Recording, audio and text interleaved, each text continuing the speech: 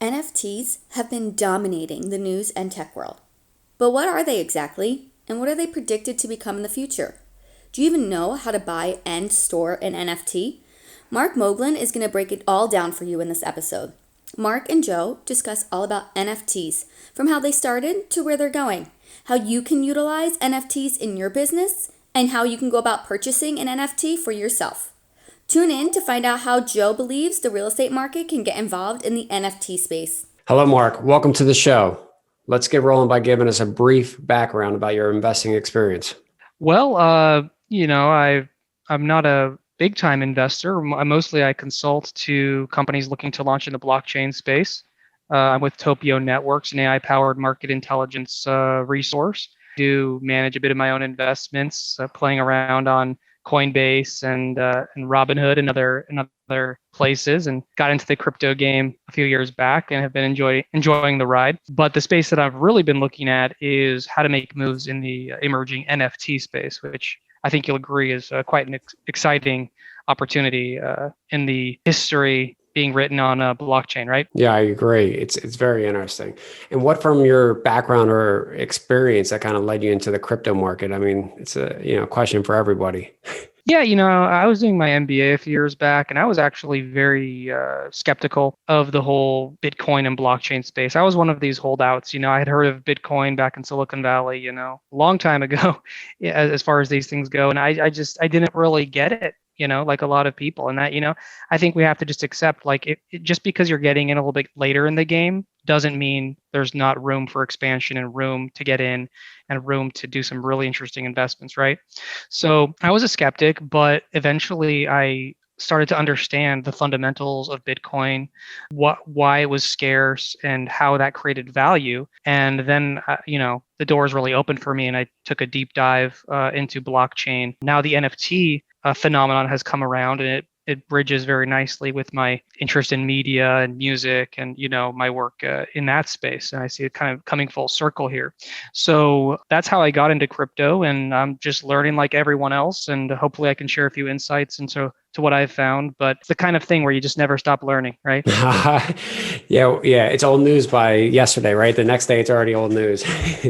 Exactly. It's a very fast moving space. There's new companies coming online all the time. We track about 1,100 blockchain companies and counting on Topio Networks. It's just, it's just going at light speed here. And so you mentioned, I believe, some coaching or consulting over the last couple of years for companies, or? Yeah, exactly. Prior to Topio Networks, I was coaching CEOs on their pitch decks, helping them shape their pitch deck development and delivery to attract investors, partners, and clients. I still do a bit of that on the side. So I have experience kind of from the entrepreneurial startup framework in general. And, that emerged more into a focus on the blockchain space. I also have a consulting firm that helps companies start their blockchain initiatives. So if they're looking to launch a blockchain initiative or launch a blockchain company, I connect them with developers and talent and the right people to push that conversation forward and hopefully get more of these companies off the ground. And do you, in kind of connecting those relationships with those startups, what are you seeing in the raising capital space right now? It seems like it's, I guess, getting pretty busy. What I'm noticing is a lot of smaller shops, a lot of venture capital shops, one or two managing partners who are looking to get involved on the earlier side, maybe not quite seed, but like post seed or kind of a between seed and Series A type of space. And I'm noticing a lot of players wanting to get in that space, which is really interesting to see. And I think they're just they want to spur innovation, right? They want to help people at the earlier stage. They see that the multiples of returns in the DeFi space are just extraordinary. So they want to get in earlier. And I think that's a trend that I've been seeing, and it's really exciting, right? Because it means they're going to support a lot more earlier stage companies, and we're going to see some breakouts from that. I think we're seeing quite a bit of rolling funds getting started by influencers and so forth for these seed rounds. And maybe what is your thought on that, or their ability to bring traffic to those startups because of their influence? I think it's going to always come back to the fundamentals, right? It's great to have a good logo and an interesting page and a white paper, and those things are seriously important, right? You need to have good branding and all that. But when you get down to the fundamentals, you got to ask questions like who's going to use it, and why would they use it, and why would they use it, instead of the competitor. So I think looking at the NFT space is a pretty interesting deep dive of that, right? So right now a lot of the action has been happening on Ethereum, and so if you install MetaMask and you're buying on OpenSea or Rarible, usually you're doing that in Ethereum. Problem is Ethereum has these really high gas fees, which are these fees associated with processing it and confirming the payments, so that you might pay $50 every time you want to trade, or the artist is paying 50 or $60 just to upload the NFT for sale. So no one really talks about that, but it's a problem, and it's slowing down the market. So then you have other players like Wax and Tron and other blockchains coming in who are saying, well, look, we can do this on lower fees. So we're going to see a transition to different marketplaces which support that until the Ethereum gas fees come down. But that's an example where innovation and the transition is taking place. So what is your take on some of these, I guess, platforms, as you said, where the gas, obviously Ethereum, the gas fees are high, but then the other areas where it's lower, but maybe not being as decentralized and kind of, control your assets from a long-term perspective? Well, it's an interesting issue in decentralization. And I think that really comes into play with the storage, right? So the second you start scratching the surface about what an NFT is, and I'll get back to your question in a second, but the second you start scratching the surface about what an NFT is, you say, well, where is this thing being stored, right? So I'm buying a token, that token's in my wallet. That's great. And there's a link to a digital file somewhere. But if that's sitting on a server in someone's basement, like, how secure is my NFT file? So these are the kinds of questions people are asking. They're really good questions. And there are decentralized file services, which can, ensure the uptime. There's obviously never 100% uptime, but these are the kind of core infrastructure developments that people are investing in and thinking about how to make a more robust NFT ecosystem. What was your question again? I want to make sure I want to get. I think we're just discussing, one of the questions is how, you're basically alluding to is that, it's stored on some server, right? And the more centralized you go, the more possibility you run into where a company could go out of business at some point in the future that is hosting that JPEG, right? And kind of, how do you see the space, solving that problem? Okay, so I have a bit of a, countercultural view on this one. Okay, so I don't mean to step on any toes. Okay, but I think it's at least worth considering that this problem, quote unquote, may be a little bit overblown. It may not be such a problem. I mean, when was the last time you clicked a YouTube link and you had a panic attack because you didn't know that the YouTube link would lead to a video that you could watch? It's just never been an issue, right? Same thing with a lot of other video services, same things with Spotify, same thing with sending your file on a Dropbox. And so all of a sudden you're getting a token for a piece of art and people are like, oh, I don't know where it's stored, or I don't know if it'll be there in the future. Well, you weren't asking about that about any, PDF contract that you just signed, or, so I think that we need to take a step back and say that, that this may be a relatively easily solvable problem. But if you're talking about serious IP, like I'm buying an original master of a piece of music from an artist and it's worth millions of dollars and there's an NFT associated with it, and that's a digital file ultimately, yeah, then you're going to really consider where that's based. Or you're buying a Beeple artwork for $69 million, which happened, as many of your listeners probably know. I would be asking some more questions about, just holding that token. Where is my file stored? When I want to sell it, how can that buyer be sure that they are accessing the original file? So they're good questions, but at the same time, for a huge market of NFTs, where you're talking about $1,000 or $2,000 for a piece of art, as long as it's stored somewhere that's a fairly stable server, I think you're in good shape. No, I agree. And just so we also back up for the listeners that, when we're discussing NFTs, can you kind of simplify NFTs for us and, all the different areas and maybe where they may apply to alternative investing, like artwork and so forth? Yeah. So NFT stands for non-fungible token, and it's a coin, usually in Ethereum or on other blockchains, that is unique and non-reproducible. So you can create a series of them, like 10 of a coin, or 100 of a coin, or even one, but it's a unique coin and you can't just duplicate it. So it has this inherent scarcity. So if I mint an NFT for my piece of music, for example, and I say there's only one of those, well, there's really only ever going to be one of them. And there's no way, and it's verifiable on the blockchain and no one can duplicate it. So that's opened up the scarcity element to digital artists primarily, who are saying, wow, I can post a piece of digital art, say there's only 10 of these things ever in existence. And then there's marketplaces where people are buying and selling these, like OpenSea, like Rarible, like Nifty Gateway, Zora, and a bunch more around the corner to make this a feasible marketplace. So it's using the blockchain technology to create a scarce asset. That should like ring the Bitcoin bell, right? Because Bitcoin's a scarce asset. That's the whole point of it. And it's using that same principle, but on a very micro scale, to the scale of individual artists, creators, and agencies that are putting this stuff out. Now, do you think, to the extent that, I don't want to say everything, but everything could have an NFT, meaning like the title to your car, anything that, has some form of title basically showing ownership? Do you think, we'll go that far later?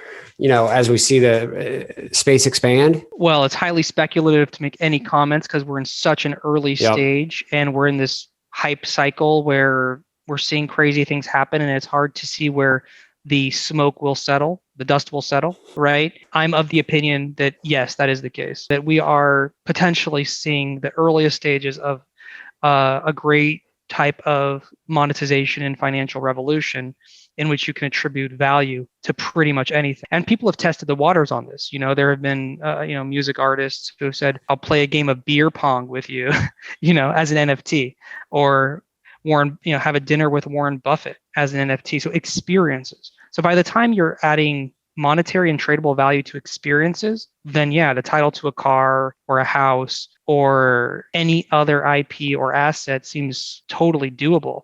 And so I think that's why a lot of people are struggling with the concept, because it can go in any direction practically. And I think that that's really amazing potentials when you think about it. For all the people that are looking to invest or at least get started and get a better understanding of, what an NFT is, or what is a good investment today, or something that's going to be worth more in the future, where do they get started and how? So interestingly, the number one NFT marketplace right now is NBA Topshot, where you can buy graphics and images and videos of like interesting plays from the NBA. And so when they've done like 500 million in volume. And so when you're talking about like a large resource like that, you're going to have a lot of buying community. So I think you just want to make sure when you get involved in a marketplace, you see a cool NFT and you want to buy it, you're like, that's a great piece of art, that's a really interesting piece of music or something different. Well, make sure you're going to be able to sell it. And now generally the secondary market is happening on OpenSea.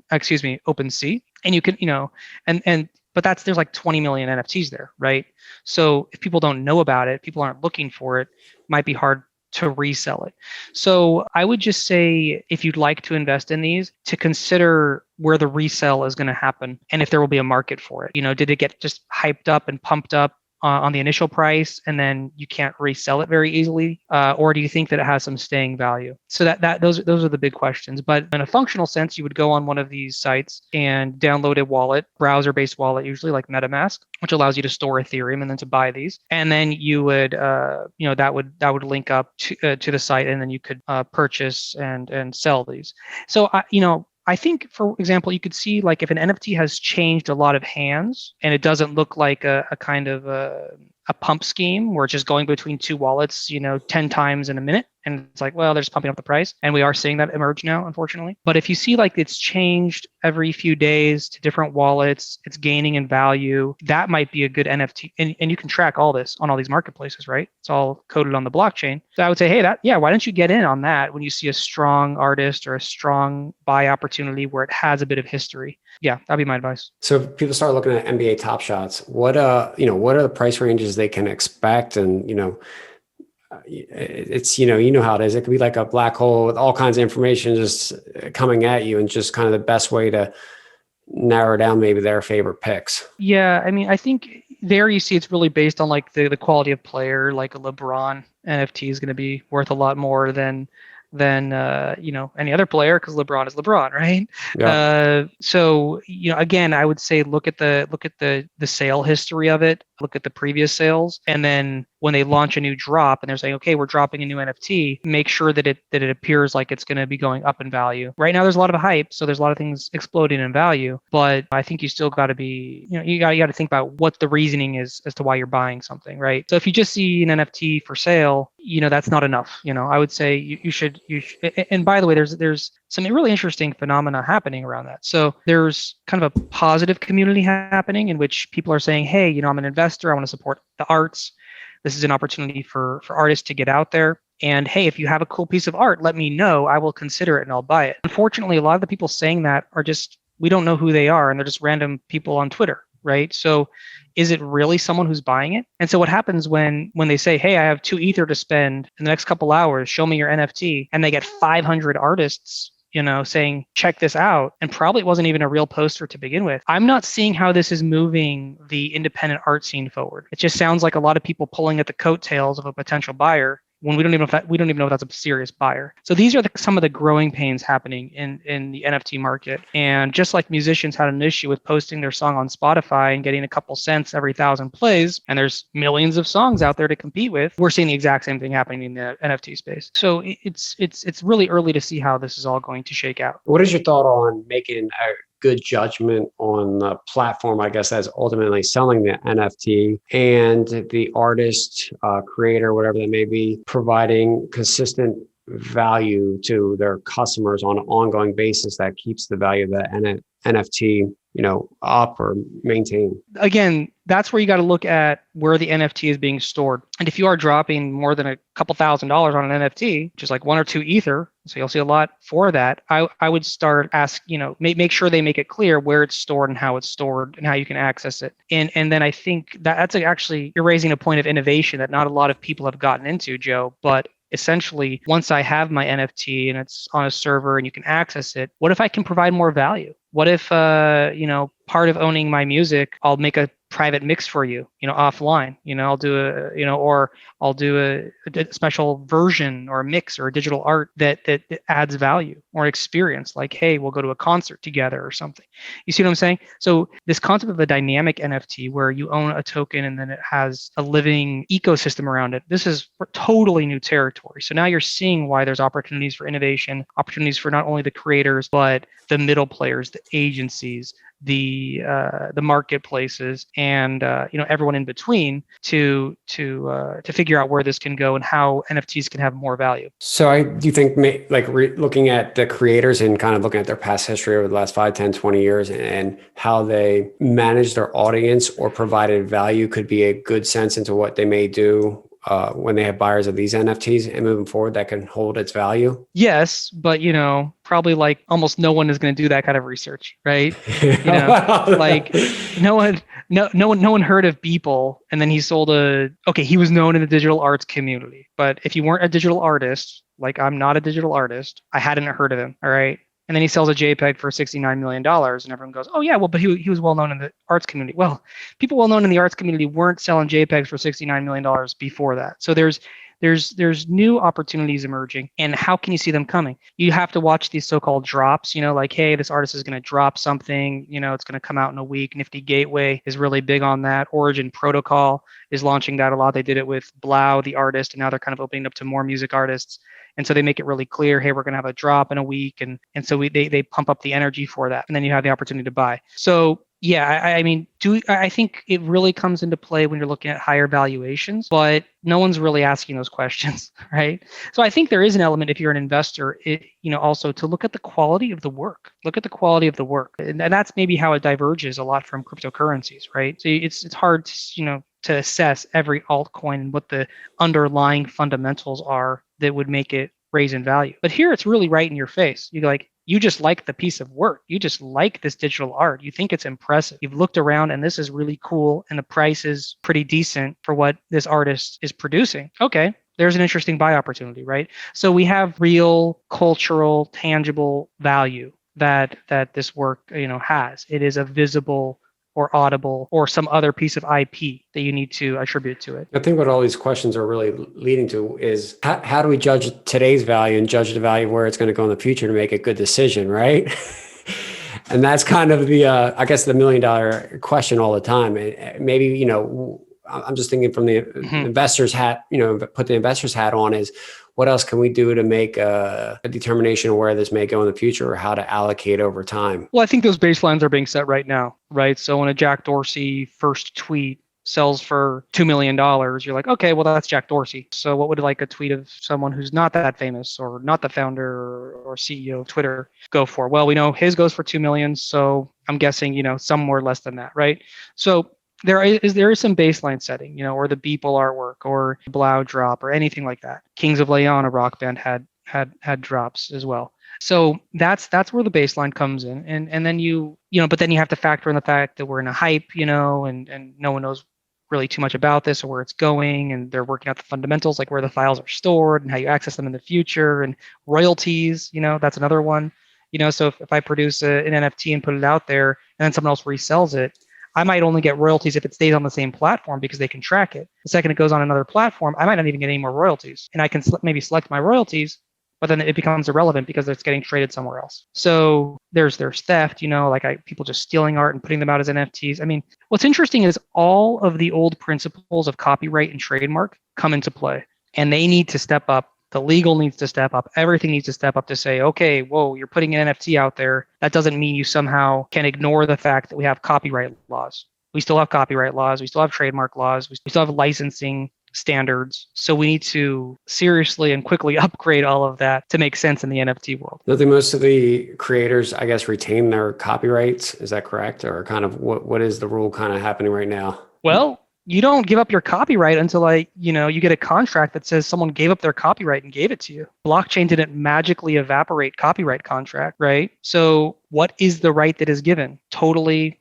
unclear. You have a token, it links to a file. We know that token is unique. I think there needs to be some, additional documentation that goes on top of that. And that's part of, I think, the maturation of the industry is when you see a company come in and say, hey, you're getting an NFT, but you're getting a bunch of contracts to sign also because this NFT means something, right? It means that you have the right to listen to it or view it or share it in some respect. Right now, we're in a kind of Wild West free for all, and no one has really solved those issues. Yeah, I feel like with growth, you first a lot of times see the problems, right? And then you got to quickly jump and find the solutions, right? And that's kind of what you're saying is we're starting to see those problems, and now we got to figure out how to legally solve for it, correct? Is that the market happened before anyone started asking these questions? It's just people just started buying and selling this stuff and making money, and now artists are getting involved, and it's just no one actually said, hey, wait a second, what about these issues? It's just going full steam, logging more value in the past quarter than it has in the past 2 or 3 years. And Google searches for NFT have now surpassed Google searches for DeFi, decentralized finance. That happened in the last 2 months. So yeah, so the floodgates are open, and people need to figure out what it all means and where it can go. So there's immense opportunity if you're an investor in the space, you're looking at startups that are doing something interesting, solving some of these fundamental problems, or you're an entrepreneur and you're like, hey, I want to launch something, and this hasn't been solved, or it hasn't been solved well. I mean, take a look at marketplaces. You hear a lot about Rarible. Well, have you ever tried to launch an NFT on Rarible? I'll give you a hint. It's a little less than a pleasant experience.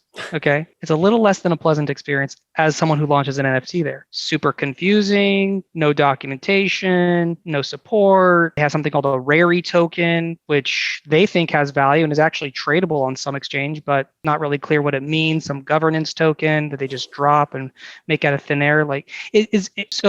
And the whole experience is a black box. You have to verify your profile, but they verify some people. They don't verify other people. No one knows why.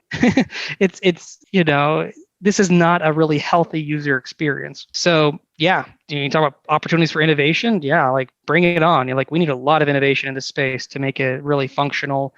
And then you have the fact that not many people know how to install or ever heard of browser-based wallet. What is that? Well, it's kind of necessary to buy and sell NFTs. It's pretty easy to set up, but if first you have to get your mind around to some extent what a browser-based wallet is. And there's a lot of people that they just listen to music and they just download music and they just watch videos on YouTube. They don't think about this kind of stuff. So if you want to take it out of this niche crypto community and bring it to the masses, you're going to have to make easier on-roads for this kind of thing. Is there any pricing mechanisms out there right now that are starting to price these assets or track the assets and provide an estimated value to the market? CoinGecko tracks it. We're having a really interesting webinar on Topio Networks that I want to let your audience know about. It's happening. I go to topionnetworks.com and click events. I believe it's on the 28th. And top blockchain analyst Kyle Ellicott, who's a co-founder of Topio Networks, will be talking about the NFT space and going into deep dive of the numbers, what's happening in it, concepts around it. And he's a top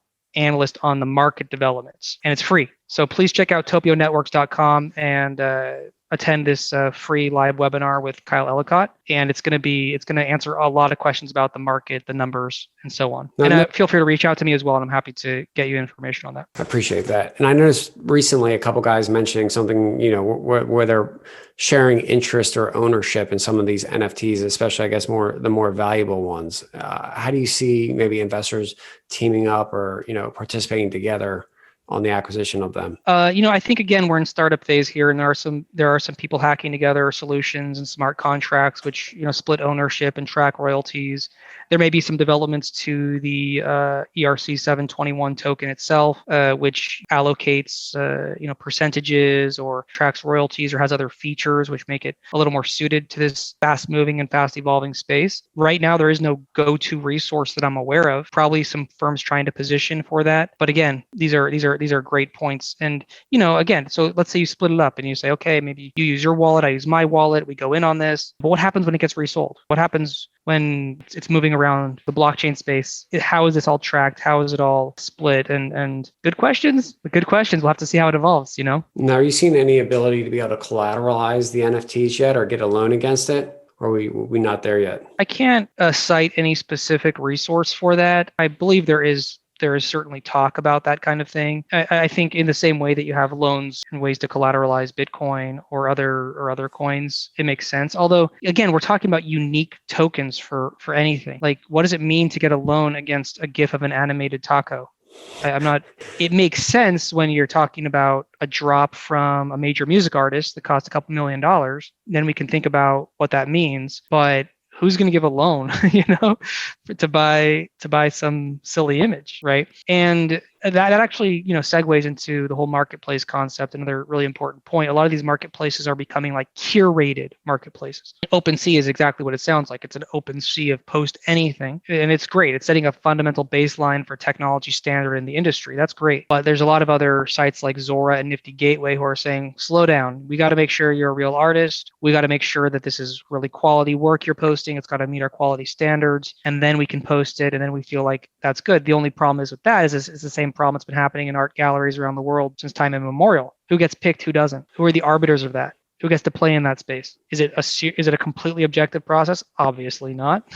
Obviously not a completely objective process. It's probably some objective standards, probably some subjective standards. So there's a lot of questions about how do people get into it? How do they get into a place that feels good for them? So from a centralized type service currently right now, that gives them a better ability to pre-screen the type of content that's coming on their platform, right? And to verify the creator. And make deals. Like Playboy's making a deal with Nifty Gateway. Those terms have not been disclosed, right? What kind of cuts are the marketplaces taking to launch this? We don't know. It'd be interesting to find out, right? So yeah, they can curate it, they can check what's going on, and they can make private deals. It's all very hush-hush backdoor stuff. No one knows really what the mechanics are. It feels a little bit like 2017 where everyone had to pay 100, 500 or whatever that number was to exchanges to get their coin listed, right?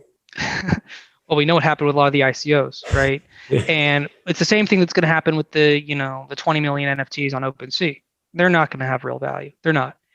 You're going to have to prove your value. Yeah, you're going to see some hype now and random people go crazy and sell a bunch of their art, and that's wonderful. That's cool. That's a nice headline. Some teenager made 200 grand in a weekend. Awesome. That's not going to be the standard. The standard is going to become what's people like you asking thoughtful questions. What's the basis for value of this particular NFT? Yeah, I got to like the work of art. How is it stored? Did this have a sale in the past? Do I think I can resell it? How is the artist getting paid with royalties? These kinds of fundamental questions. And that's how early we are. And that's why I think it's great to be talking about this topic, because we're so early and so many unanswered questions. So this is like an investor's playground, right? If they're like, there's just so many directions they could go as this is exploding. And yeah, so I think I think that's the answer. And again, I'm happy to speak private, have a call with anyone about interesting opportunities. You can find me on LinkedIn. I think Joe will post that, and happy to talk with any of your listeners further on that. Yeah, I mean, if you're not watching the space 24/7, you obviously, everyone knows, you get your friends calling up asking what to invest in. Like, look, I mean, it's like when it comes to crypto, I just say Bitcoin, Ethereum, and just call it a day and go back to work and make money.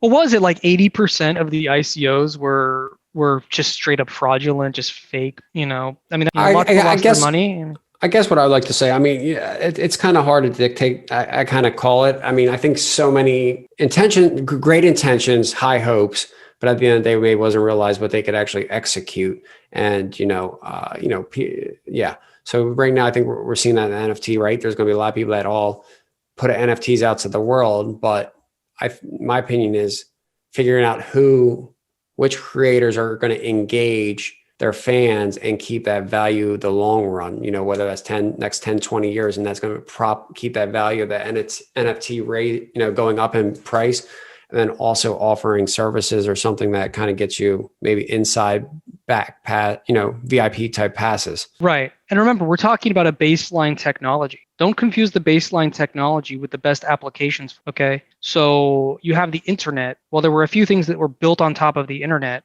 which, allowed it to be a useful technology. So by the same token, not to use the pun token, but by the same token, right? NFT is a division or a fork of blockchain. Well, blockchain is the underlying technology of Bitcoin. It's been amazing. Again, NFT is an opportunity. It's a space. It's a canvas. How you approach it, where you think it can go, that's no one has the answer for that, and we're going to see interesting applications. So I would say watching the space is a good idea, because when you watch the space, you go, wow, that's really cool. There's an interesting new application of NFT that I think could have a very big upside. And here's why. No one's really doing it. It's kind of a niche. These when you watch the space and you see some of the signals, you're able to get in and make some good bets, I think. I think, and just my opinion is, obviously buy something that you just want for yourself that you think is going to be valuable later. And if it goes up in value, it goes up in value, right? Good artwork and you like to, enjoy it for yourself. That's a safe bet. Well, absolutely. I mean, you're talking about individual pieces of art. I'm talking about startups and, players in the space, but it's the same thing. Yeah. I mean, when you look at, you should have some pride of ownership at this point. If you just want to buy NFTs and just own them and see what happens, yeah, have some pride of ownership. Say, hey, this is just a really cool piece of art. I went to NBA Topshot. I just really like this scene. I really like this player. Own it, hold on to it, and then you'll see an opportunity to sell it. Maybe not. At this point, we're in a very big upswing, so you'll probably want to sell it, in a weekend and make 20 or 30%. But I think the way you're approaching it is right. Be passionate about it. Be excited about it. It's just, and get involved on that stage. I'm just saying, on the wider, bird's eye view of it, look at, start watching some of the opportunities. Go to topionetworks.com, start researching some companies there. Start, searching for NFT news on your favorite blockchain news resource. And you'll see, go to Clubhouse if you're on that. I mean, I'm just amazed at how many startups there are emerging out of anywhere that are doing something potentially interesting. But a lot of these are just like landing pages, right? Like, I'm going to do something interesting, enter your email, and I'll get back to you when I launch something. Well, okay. But I'd rather see something that's kind of going and kind of has a concept behind it. And more than a concept, some technology built or some solution built around it. And that's, I think, where the opportunities are. For all obviously the investors or entrepreneurs that, are investing or they're running their own business and so forth, where do you see some areas maybe where they can utilize NFTs into what they're doing within their company? Any ideas or thoughts yet? Anywhere where you own IP would be an on-road to it. You own the IP to a patent, you own the IP. I mean, not like it's really clear what that, how you would sell that, but you could develop a marketplace or use a marketplace out there potentially either now or in the near future. So anywhere where you have IP. Now you need to start thinking about who has IP, right? And all of a sudden, this is basically a huge wake-up call to the media industry. Anyone involved in media and anyone who is connected to people in the media industry, because they're all just trying to figure this out like anyone else, but they are sitting on a lot of IP that right now can be moved in the NFT market. So that, I think, is at the moment, a sweet spot for the NFT space. But as we will see marketplaces open up and become more versatile and new marketplaces emerge, then it'll be like any kind of IP. And as you mentioned, potentially any kind of asset at all. So yeah, I would say start thinking about your IP or access to IP. When you say marketplaces, do you think, is there any winners yet? Do you think some of the marketplaces will each specialize in some certain area, or what do you say? What is your opinion there? Yeah, I hope Rarible goes away. No, I'm kidding. I really like Rarible. They're great. Just they need to fix a few things. I think it's really too early to say. We're in a kind of a very early horse race. I mean, I think a lot of people are looking at what Nifty Gateway is doing and this kind of more attractive website, more really active on the drops. They send you a lot of emails. Hey, we're going to drop this. Hey, we're going to drop this. So they got a strong marketing arm. It's mostly quality curated work. Some well-known artists. So this is a strong start for them. OpenSea is just what it sounds like, just anything and everything. But again, establishing good core technology standards. These are all pretty much all these firms are raising new funding rounds. So yeah, but I think it's a good question, and we have to see what is developed in the space in terms of marketplace and what blockchains they build on top of. So Tron is launching their own solution. Wax has a solution. Wax just entered a partnership with Tops, the trading card company. Mm-hmm. So now that was just announced within the last 48 hours. So you're gonna see these trading cards in digital form on the Wax blockchain, which is mostly like a gaming blockchain resource. I think it's a space to watch and to see who's going to serve your needs to launch your IP. But I will say, just because it's a marketplace doesn't mean it's the ideal place to sell your IP, and most likely not the ideal place to buy your IP. So, we have to watch that space. Do you think the underlying blockchain will boost the value of that certain NFT? Or what I'm saying is, will investors look at where it's being hosted and so forth in order to kind of give it more value or less value? Well, I feel like Ethereum is kind of the gorilla in the room, right? I mean, everyone is somehow feels comfortable with buying and selling with Ethereum, and it's become more of a standard for the the currency which can pump through the active distributed application ecosystem. Bitcoin is seen as more of like a store of value. It's like digital gold. But Ethereum is the glue that's holding together all the DeFi ecosystem at the moment. Now, there's a lot of other notable players, but I think investors and other stakeholders need to feel more comfortable with these other blockchains and see, them gain some traction before they say, "Great, I'll buy and sell on a marketplace that is not on Ethereum or not fully functional with Ethereum," because we just don't have a real track record with that. And for those that may not be interested in the NFTs specifically, but somehow in the infrastructure, is there any plays there that you kind of recommend that an investor can, put some capital to work? I don't have any specific recommendation. Because I don't want to favor or disfavor anyone, because I do wear a hat in which I consult for these kinds of companies. So I would say, to look at the different blockchain stacks like Wax and Tron, basically competitors to Ethereum, and see what kind of initiatives they have, and if you believe that those will be growing initiatives, because practically any company that's involved with blockchain is mentioning the NFT space. So any infrastructure company, and you can go to topionnetworks.com and see the blockchain infographic, which tracks currently, I think, 1,100 companies and growing all the time. And it's an AI generated ecosystem that's curated as human curation. And basically, you can download for free the blockchain landscape, and then I would do a zoom in on the infrastructure companies within the blockchain, and then you can start to look around at who's doing core infrastructure and see who you might want to, invest in if there are investment opportunities with some of those. That sounds good. I appreciate that. All right. Well, I think that sums everything up. Is there anything you want to leave us in regards to NFTs too? Anything else that we left out? Well, I think just to your earlier point, I believe NFTs can be anything. They can be attributed to any kind of asset class, intellectual property, or even experience. So we are in the earliest days of what's going on in this space. Of course, there's a lot of hype and a lot of misplays in the early days, but also a lot of opportunity. So thanks so much for the opportunity to talk about this. I'm really excited about it. And I think we're going to see some really amazing things happen in this space in this quarter and coming ahead. No, I agree. I think even for the next 10 to 20 years, I think it's going to be, I don't think, I think we definitely have some time on our side, but we always Absolutely. we always have a final question. What is the biggest thing that you've implemented in your life that has helped you increase your net worth? The biggest thing is has been following my inspiration. I think you really need to be inspired and excited about what you're doing, because that's what gives you the juice and gives you the energy to pursue your dreams. Life is short and you should be really excited and really interested in what you're doing. And if you're not, probably you're not in the right domain. And when you find that thing that you're really excited and interested in, you just find you put that much more energy. The whole idea of work evaporates and you just want to do it. And that's where you see the greatest returns. I agree. I totally agree. That's a good. I mean, the easiest way to do that is just look where you kind of your eyes go, or where you spend the time, and then go down that rabbit hole, right? Well, yeah, it is a discovery process, and sometimes you're not exactly sure. Maybe you're interested in many things. There used to be this phrase like "jack of all trades, master of none."